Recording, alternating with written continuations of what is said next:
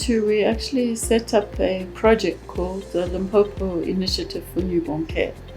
And the purpose of the project was to improve the quality of newborn care throughout Limpopo.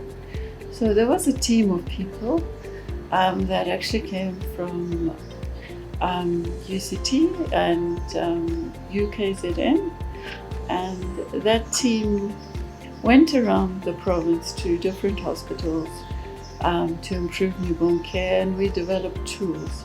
That was Professor Malan and Dr. Greenfield, Ms. Mzolo and Ms. Loli Mashal, and we initially developed some guidelines on newborn care and on the management of newborn care. But we actually found that the doctors found the guidelines very useful, but the nurses didn't use the guidelines that much. In fact, with newborn care, the nurses are very, very key to the management of newborn babies. They really take the lead in the management of babies. So we realized that we perhaps needed a different approach. The nurses see the babies, they need to be able to apply the principles of newborn care. So I had also been working with IMCI, the Integrated Management of Childhood Illness, which had guidelines in a particular format that looked at classifying illnesses. And the nurses really worked well with these guidelines, so we decided in the management of the sick and small newborn that we would utilize a similar approach. And that's when we embarked on developing these particular guidelines. The MSSN and anti-neonatal transition and neonatal resuscitation is part of the package called LINC package, which is the Limpopo Initiative for Newborn Care. So its aim is to improve the quality of care of all newborns in the province. It does that by basically helping the healthcare workers gain some skills in the management of common illnesses in newborns, and then using those skills to manage those children in different hospitals, from the district hospitals and regional hospitals.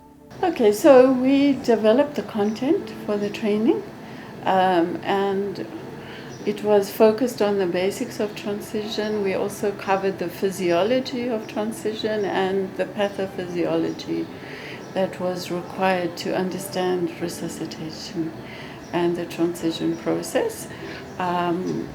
So we developed this package, and we actually developed it as an e-learning package. So we developed that together with the University of Limpopo, and we've actually got the package as part of the Blackboard training. We also have it as Moodle training. So it's something we expect all our interns to do, and all our doctors to do, and all our advanced midwives to do this course. The main role players it's basically healthcare workers in the regional hospitals and the district hospitals. So basically we support the regional hospitals and the district hospital healthcare workers, being the doctor and the nurse. So we prefer to have a pair because they are the ones working together in the nurseries and in maternity wards. So basically the target will be the doctor and the nurse working in every neonatal service in the province. It has a very great impact and had positive impact. As I said, the LINC package started way back in 2003, and it was documented in the province that it reduced the neonatal mortality. So it really helps because it improves the quality of life of those children. So some of the children that wouldn't have survived, because of the package, we managed to save them, and it has shown some great positive improvement of neonatal care in the province.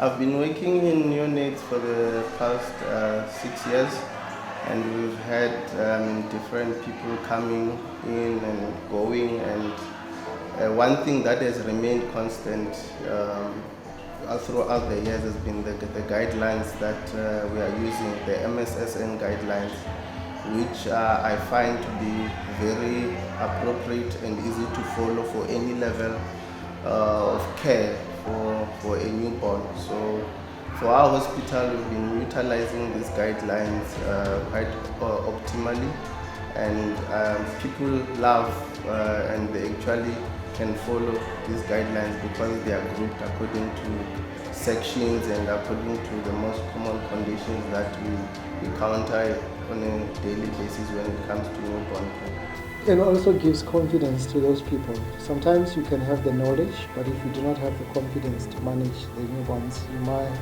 end up doing unnecessary mistakes and the outcome will be dire. So it really helps. This package is very important, and everybody I think who's working in the neonatal units or the nursery should familiarize themselves with the package and the guidelines so that they can be able to do optimal work with these newborns. One of the objectives of this program was to make sure that we empower colleagues, being the nurses, the nursing staff, the doctors, including the parents who were mother lodgers here, including the community who are related to these mother lodgers. So the success or the achievement that we had, it's a lot. But just to mention one example that still inspired me.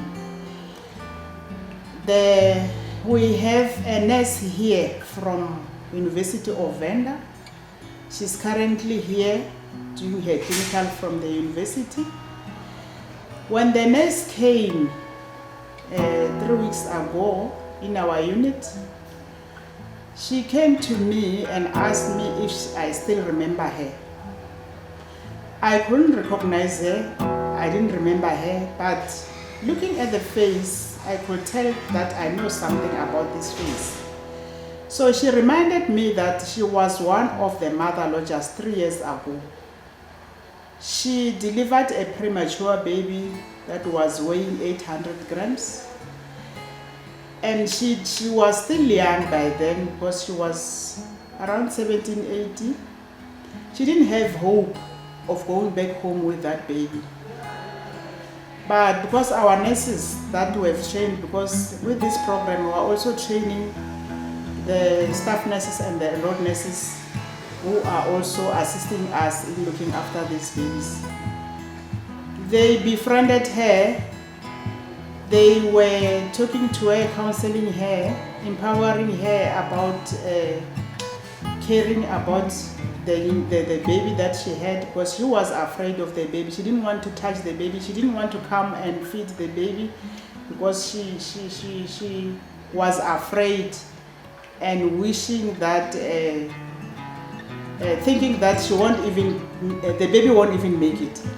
But the nurses that were there, because they were empowered, they managed to assist her to love the baby, to accept the baby, to build that confidence to say, this baby will make it and this baby will grow and become healthy, and then she'll take that baby home.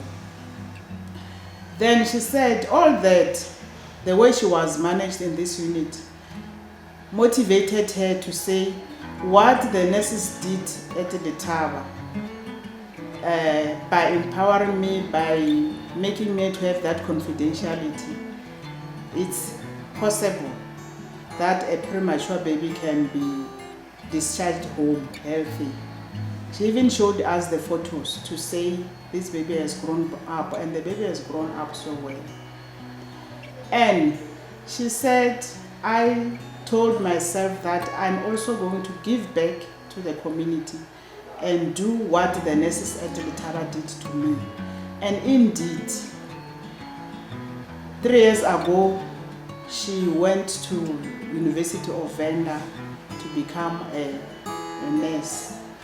And now she's saying she wants to continue because she has developed a passion of taking care of babies.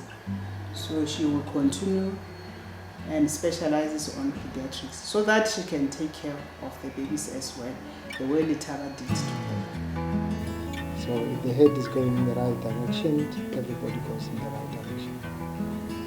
So it's quite important, and it will be important for everybody to continue supporting it. And obviously there are other non-healthcare workers, our partners, who makes it successful in terms of supporting the program. These guidelines, they are appropriate for any level of any healthcare worker, from student nurses to ComServe nurses, all the way to medical officers, including our professional nurses, because they're in a chart format or table format where you are able to follow, and they even use simple English, and there isn't a lot of deep medical jargon that you'll find sometimes it's confusing to the masses. So it's very appropriate for any category of healthcare workers, and what's so nice about it is it tells you that once you've done this step, you can move on to the next step, and if you have any difficulties, you can always refer that patient to higher level of care. So the guidelines are quite straightforward. Looking at the nurses per se, it has been wonderful, because even if we are not around, they are able to apply them, and then by so doing, it enhances or it even improves when it comes to the management of these babies. Since I started working here, utilizing those guidelines, and then and making sure that the sisters as well, they know about them, we have managed to reduce the neonatal or perinatal states death in our unit. And then when we come to them, they've become knowledgeable, because previously some of the things they didn't know how to manage them when they were alone.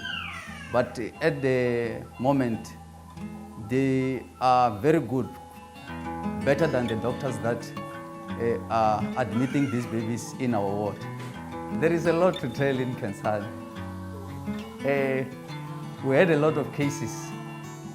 The one of the cases that I remember well, I still even remember the name of the baby, was Believe. It's just that I don't remember the surname. It was one of the prem babies.